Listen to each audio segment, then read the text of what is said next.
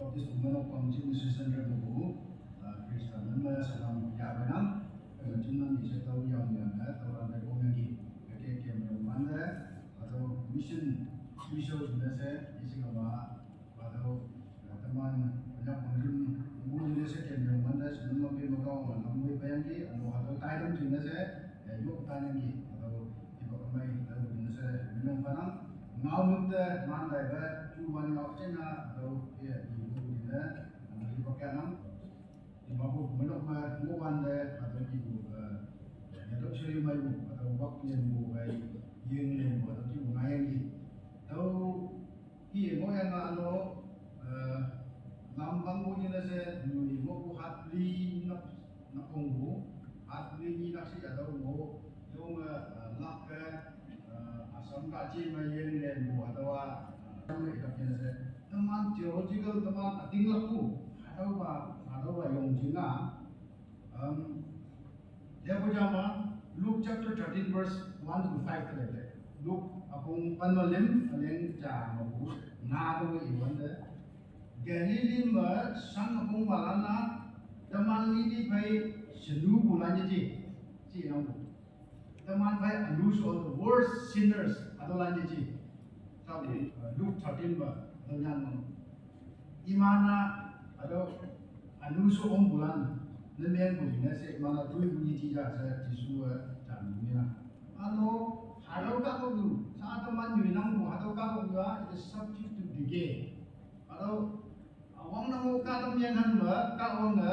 Jinjan the Molotov, a car ruling, nice in the Hadoda Anu Mayami. Lingan Aonga. If I Adam need a Kaonga, I don't get a doku by woman. Yay, woman, Adi, Hadoka, they are Kaonga, going by the Noting there, Adam Yangan, a homeland, 11 minute, Yangan. Genesis chapter 3, verse 17. Curse is the ground because of you. London. Nang Jengen, Nang Sukon you out there, Sukon you boom out there, never have a doku bang out there, though in the Yay Putinese, Adokaka, Sadi, we room to curse is the ground because of you. Nang Jene. Adowa, Sadi Haki Yamaba, Kalua, Si Namla, Nienla, Isegama, Wakienla, Yenlenla, Takpaila, Adokungua, Adosadi, Ado. Kalau mengisi kamu, yai bukan roman lain, jangan mengaku. Kalau kalau mengisi kamu, yai yang baik fallen human being, kemana tahu juga. Kalau fallen bird, ada jenis ada orang lain yang saya kemana. Long lain yang orang, the creation is groaning as in the pain of saya teman hilap anak pada orang. Okay, aku mengisilah ada orang punya kayak anjay, nagalan jatuh anusu terbayar. Isegama, udah tamdan war tu, atau lat tamnya banyak bayo buat iman anusu biasa. Audio dia dalam kayak buat atau lila malak isegama men dalam atau tak bu sudah budai teman dah habis yang sih atau lamuan nalan kebisian deh atau libu mahu atau salam deh atau China na Thailand dah yang libu atau lem makin tahu aham yang yang kakau yung di ano logo men ang putaw din na sa highway mangaya making sa highway na temporary atau plastic highway yang ada making sa dawa hangi hadawa hanu mo kusi sa government na relief pa bukan sa mo yang sa mo ni ayang ko konyak ka desa ka man na ga chimiwa tini tok sulak nai tok ala dabi naman ano tini pok yan yang nokya ka hay ko lodging atau ba atam nok ba tes nang yang paham ano hain na government tanya ningo ay mo government ke pangjim KU KNSK ano DC yang administration sa kat yang lamling matambu bisa ka ba atau mungyo matambu atau di bumi yang atau kawang teman dia society yang buku atau teman jude mai ka mengai mai ka sa gospel mengai pai gua atau alau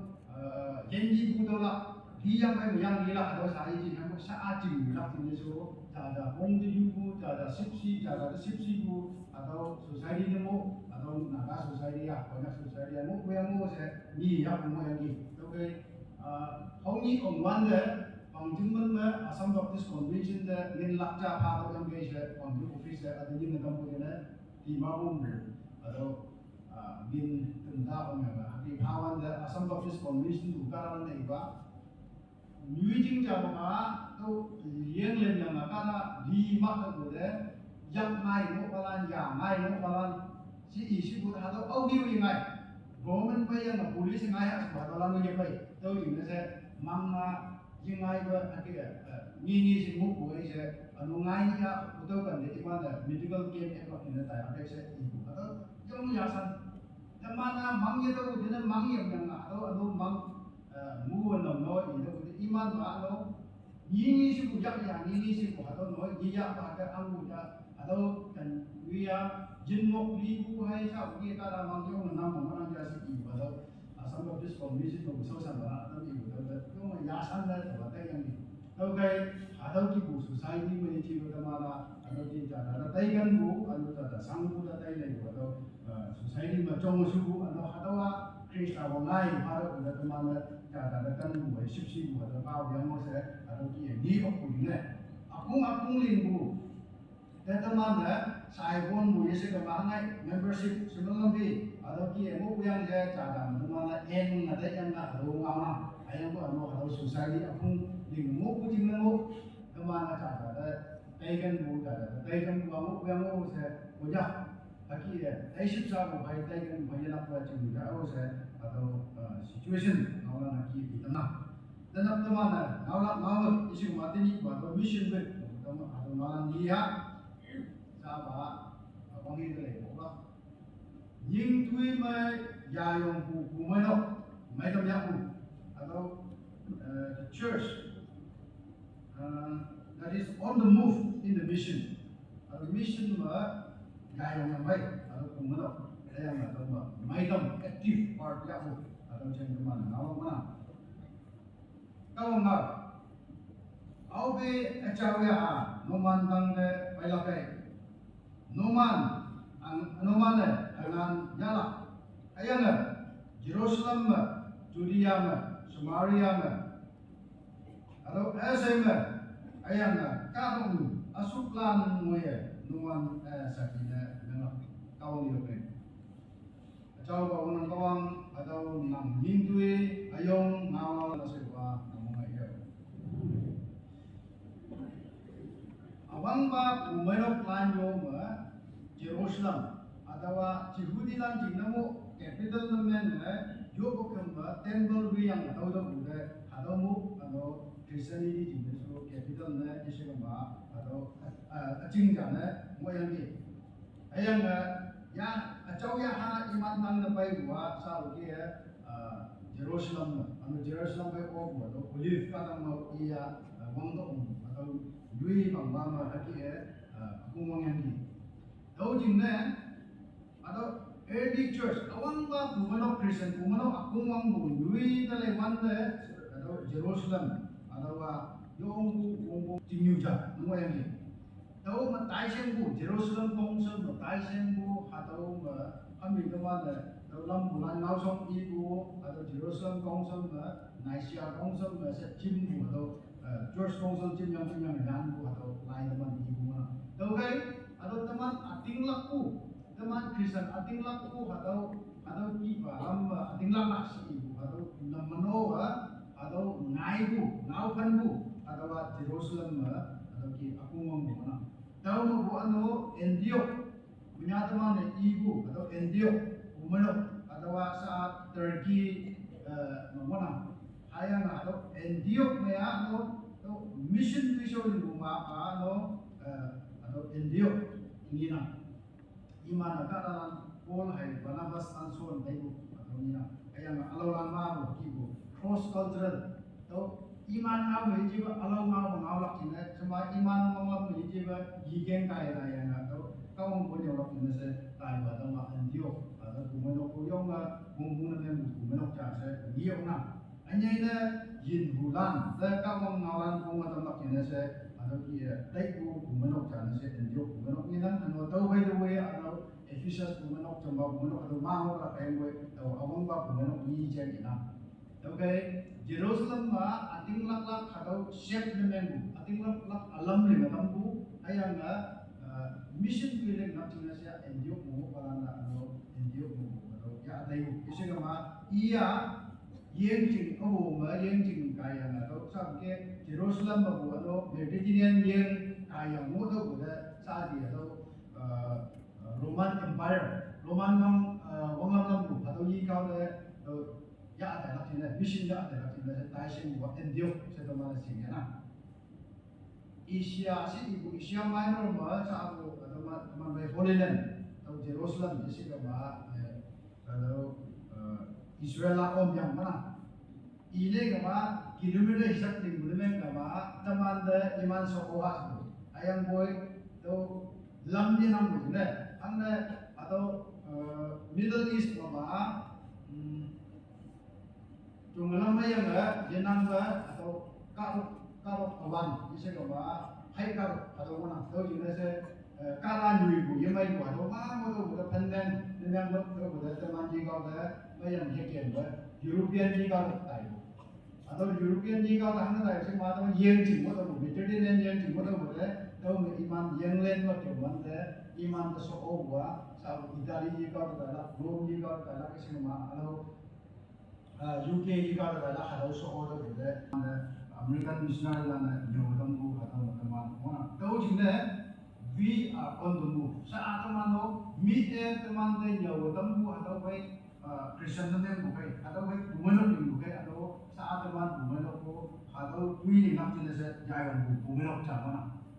ayam atau memai tu ya bukan teman ni mana tahu cina se ini bukan kita atau ayam enggak ni semua atau mission kaya bumenok dengan ngai, isi mak bumenok kaya mission ngai, menyawa itu, oke, sesong buaya, sesong sisi di mana, atau muni cara saya, lagi ni bukti ya, atau mission dan church bumenok, atau ia ada mana, ayam buat Great Commission, atau nyingat tambu ayam kelewat deh, tahu ayam noman deh. Kalau berjalan saya benar dengan tu saya awak jisu atau nyingat tambu ayam awak itu lan bayar atau lan tayang kalau bukan beda tayang yang mulai tahu mau mission atau kumenok kumanggu tahu jenis saya atau mission kaya nasi mission macam itu nyingtui atau kaya kumenok naik yang mau setemana niok nak tahu ayam yang jauh si ibu tangga tayang yang jauh tu mong itu boleh tahu bukan orang saya jenis kumenok jangan saya ngupu atau kumenok macam ngupu kita teman menjelak atau bos atau bunga mai atau teman menjelak atau alam cahaya falak atau teman pisau ayam buat masalah jelak teman selu saya atau sekau saya atau kia tak jenis saya teman atau tak sengau atau ngau lagi. Okay, Luke chapter 5 verses 4 and 10 atau teman dia. Bunga umai Luke apong na aleng pri ayang aleng pan. Iseng bentuk ayang noman sanlan nyak omlak jenis sayur. Anu pan aleng pan verse 10. Anu nyak ma Jisua kudau silu kudau binyang san septok seberesip anu nyak ma om jenis iman jasan. Simon de Jisua tanyam saan apa ya nangga kara omlak isewan nomana kara omlak. Nyalau hibak iman de nyak omlak ini nyak kolak ini se nangsi ku ayam ko yom jenang ayam ko Jisu bayang de iman de kalau yang silu kudau benda ayam san sayur si boleh ayam ba cuma na yalo hibak nangga de ayam ko cuma hambo yo ayam ko nangga yang baik cuma sana siapa ba si yang si boleh yung yak ko atau teman ini nak kalau iman yung yasan mo nyam atau hanggi bukan hanggi bu ay si iman nyam man tak nyam sang bây giờ nó mà má cũng cả là hôm lắm nha sẽ iman de cái mong nhung tâm bu cái nào lấy á mỗi yang bay mà ano Jesus Christ cả là anh này đâu quan tâm của Jesus đi làm á đâu Jesus đi vòng làm mẹ nó cầm lắc thì nó sẽ bay vậy à sao Jesus đã hạt kita itu nó sẽ iman de Roman government de yêu yang gì Roman government là chẳng ano Jesus đi làm ngao ye chai government mà đó là Herod ngao ye chai government mà Jesus đi làm ano Roman mang làm bu phải lại yang lắc đâu thì nó sẽ hạt đâu làm mong mấy đó lắc thì nó sẽ Jesus politically ano kia controversy ngay trong yang Jesus iman đó nằm đồng duy yang gì sa gì ano belan na ating lak tua to human mà Tuan nang dia pun lihat nang yang apa yang nak saya jom yang baik, adalah. Ayat ko ano akan jamba kana apa di mana mungsui na udah ano jisu baik jisu kan baik maka ku mai atau hidup muka penlana te yang baik. Yana daya ga iman da ano yang hibu ngalan ko matam yang baik. Yang hibu ngalan ko matam yang saat jisu Kristus yang hibu si manusia. Ano Peter hay isu malana atau iman same profession iman ni ngupu nyak om lak kita sa atau Galilean dengan Nika atau Paja iman atau ki bukan dan Jisu iman trong dan tapi semua hau atau bukan teman dan hau yang hau dan teman hamu nyak om ya teman jam sa lak kita ngai kai si wan dan nyak hamu yo di po si wan dan Noman yakta hilau ma jam sanjut yang sanjai wanda sanmo yoba atau yapo atau yang ini yang baru yapo bungau jisu Peter hay jisu ihau kuma yapo bungau ni na awang ba nyek bin Jerusalem atau teman mu punya Judea atau teman mu Wangon ayang Samaria atau teman Yubi sana mana ni nang bulai nung hay waka area ma bin atau ayang to the end of the world kalau masuk boleh manway bulan tangga mula atau kita teman kaya banyak penjumpa as a whole they wonder eastern ni kau punya eastern punya atau si yang sa penjumpa dulu ayang imana sa Christian men so mana ayang we atau lah next nubu lainung atau lah sa au men bu banglam atau dia tangkau atau lagi mana manja mangkol oh desi kema bungman tu ko ada bungunga atau lain kita lagi mana anu Arunachal juga bahasa bukia wanju bahasa kong tu ayam kau baptis Kristen ni juga yang imana nyet apa tu wanju kawan anu waka area kami kau teman men buku atau macam mesin japat yang yak juga atau macam dia di mana atau masa anu nokte manju next nokte utawi kau tangsa mana ayam atau ni tangsa ay wanju ni ba nokte ya seman moi buwe ine se kama bronson moi buwe ya nokte yue buku namsam moi buku mana ayam ko atau bahi sesuatu sa Kristen teman men so mana jenis teman atau berbeda. Ayang teman neighbor, teman atau UB le, kumsak na tawan le, club sakwan le, ngi buku atau amlan atau lan le, tujuh ini, mission tujuh ini. Bukong nang jangan le yang baik, ayang bisa teman aja ngaku asam tujuh ini mana. Ayang atau le asam inajuri mission, si yang iman atau inajuri iman le, how peaceful peace na tau chingmai ngawan kong tamlak tau balamba adu ki asam border mission si ba asam inajuri mission si ba si yang adu ki menyan sa adu chingabu ni na kongna ayang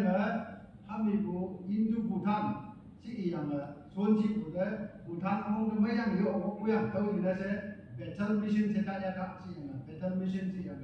Chamuji Valley ba ren bachen bu yang itu mana? Bumenok buku ya, aku mau yang mana? Ayam atau West Bengal dengan lah. yang West Bengal ma teman missionary lan atam Kolkata juga masa IMB lan by partnership ya na ki umonam yang atip dengan la umenok dengan mo bahasa ki atau Chamuji Valley na atau ki Bhutan ki mong atau ki umonam ano national sa India mong teman mission lewan da sa ki India city lan atam ma punya Chaplain Nasional Chaplain atau iman teman naga katalan deh di sini mah English speaking katalan atam deh atau dia chaplain tu yang nanti deh soal kata beli boleh mana ayam deh sama dia nokti wancu deh tengah teman atau beli nak international mission mah mayang mana teman cari misalnya kami teman baik syuting ia Mongolia China kaya Mongolia sa ano net ayong jaman ang ko ano yung isa ay yung kalasan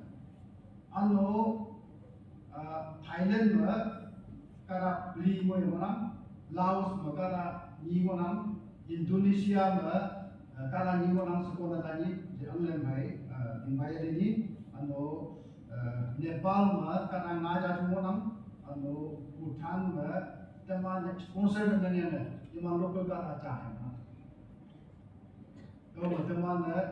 punya pengkim KBCM teman ini dia saat halan hai mana ayam sa bukia teman UB melinggu lainung hai Wakka area hai sa Nokti area mah linggu kong kumu saya adolan tu cross cultural teman ngau yang ciba sama teman mon district mong menang bukan cross cultural cai hak si iwan cross cultural mission zone boleh teman 60 above mana 60 baik tengah aja 60 for 65 19 lagi mana tahu tinggal NMM missionary NMM mission director ibu muat mission ba iwa second tu awalnya head counting missionary head counting missionary lan sangkui ibu ba second tu awalnya banyak macam si iya comments dengan buat ayam boy sahabat dia international missionary alau dan dasun buat apa napak teman ayam boy teman sang tu sahabat dia UB ba Burma ba atau Arunachal ba atau Assam kaki ba semua tu boleh tahu sangkui ibu sangkui bangsa ayam boy quality isap ba isu ka masa dia international missionary si wanda tingba tu international missionary atau mana mang bayang manang muna tahu jenis itu mana jelak yulak atau jelak apa atau bunga yulak atau ki mana rumah teman consultation short mana into China mission jenis consultation short si itu atau dekwa India hai China jen nauli boleh asal itu into China si mana ayam atau masih memang atau mah si bayang orang ayam buat tahu ni hai semua into China se ibu atau term John Boa Myanmar, Laos, Thailand, Vietnam, Cambodia, and part of Indonesia. Other reason that into China sebenarnya ya. INDOCHIN atau one word into China. The India and China ni apa atau ni influence apa maupun anda dia punya atau second second global ada juga teori apa tahu di mana ada manmui bulan unreached people group UPG jadi kan dia ada asal UPG sih memang apa unreached people group ada orang apa tahu di mana saya ada teman dia yang mana ada teman saya mana West juga teman dia hidup juga sih memang apa India orang yang India orang ayah most unreached group of people atau India world India macam tahu dia Kristen naman yang bukan kalau foreign yang mulak ini kalau visa yang mulak ini dari India mau sama kan ini mana Nepal mana Bhutan teman attendance sih usaha among damai mana mau buat Bhutan mana ayam Tibet mana Sikkim mana teman baik North East state yang mau cari masih juga di mana Bangladesh atau di mana baik ada teman kasau kerja ayam level jam mission consultation Siliguri mo one there sa West Bengal Siliguri chicken neck atau mo one there tawa Dibrugarh mo Bakupra there Kandamong jam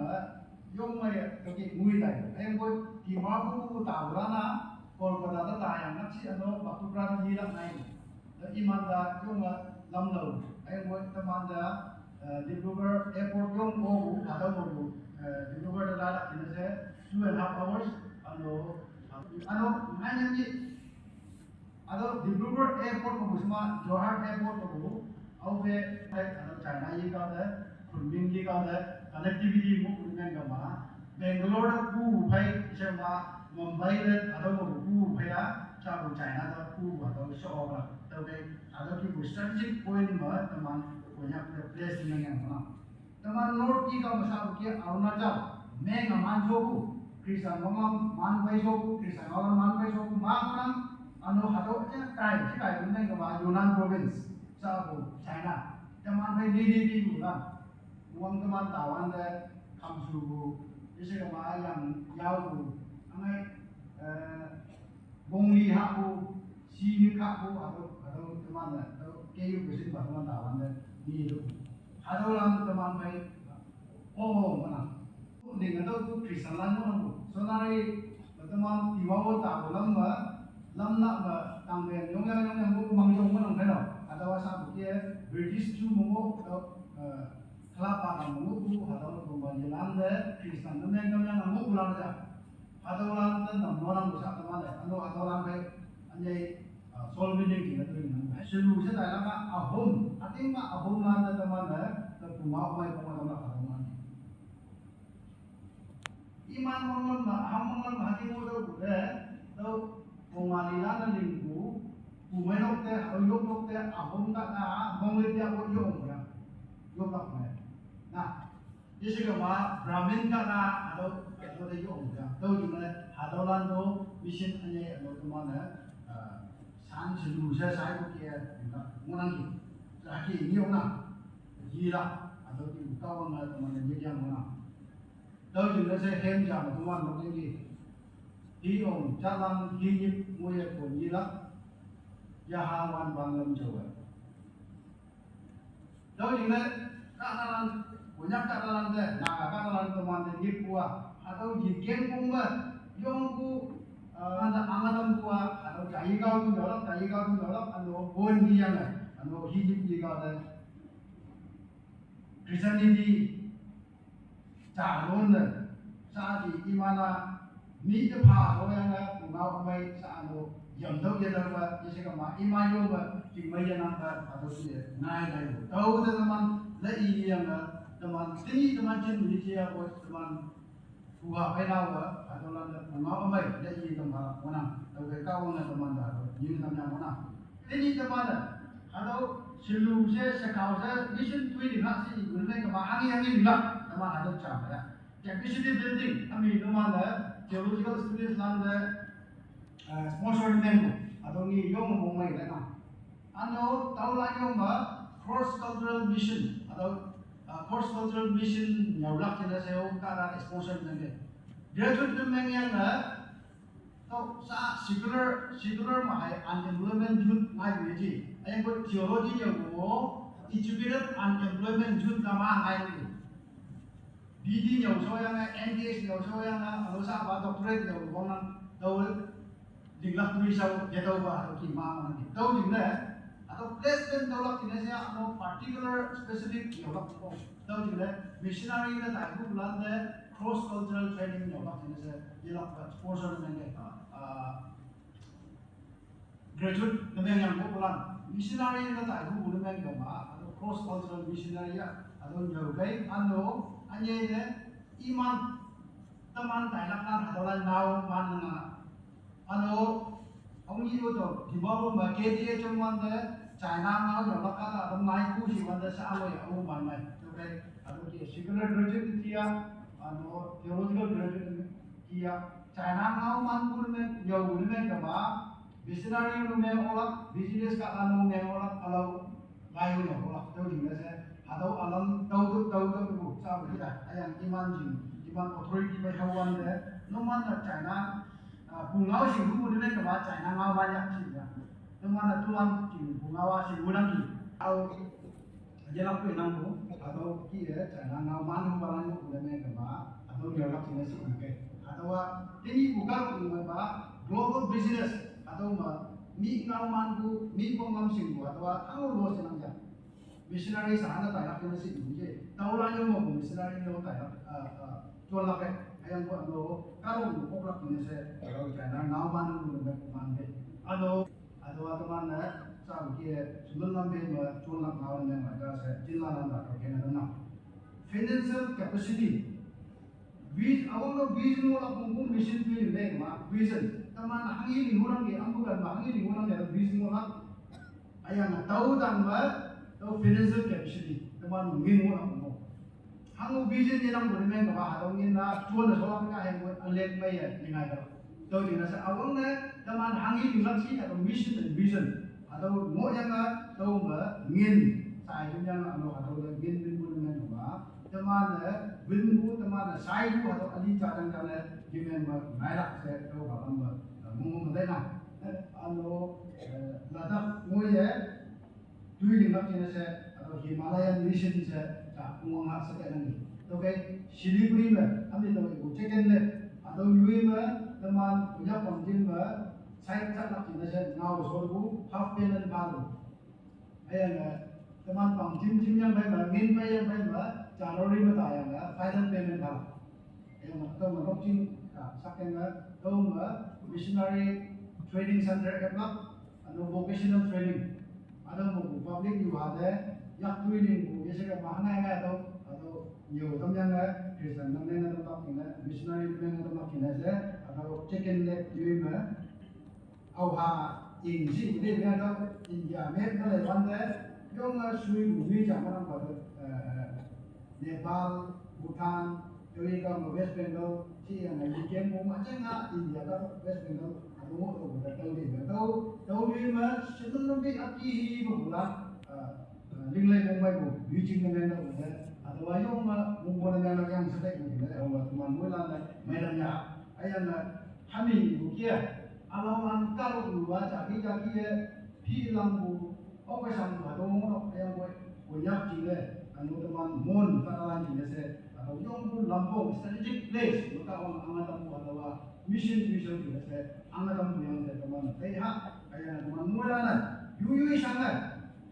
Yopuma, monang balana yopuma, ha balana ha balana, jude ko balana jude ne se yana tau, kawang yingui, yelap ba monang ni kai hau se, taishen bungalan, kawang ngau ma ya kanya na, kanya na nam chai balan se kawang ngau se.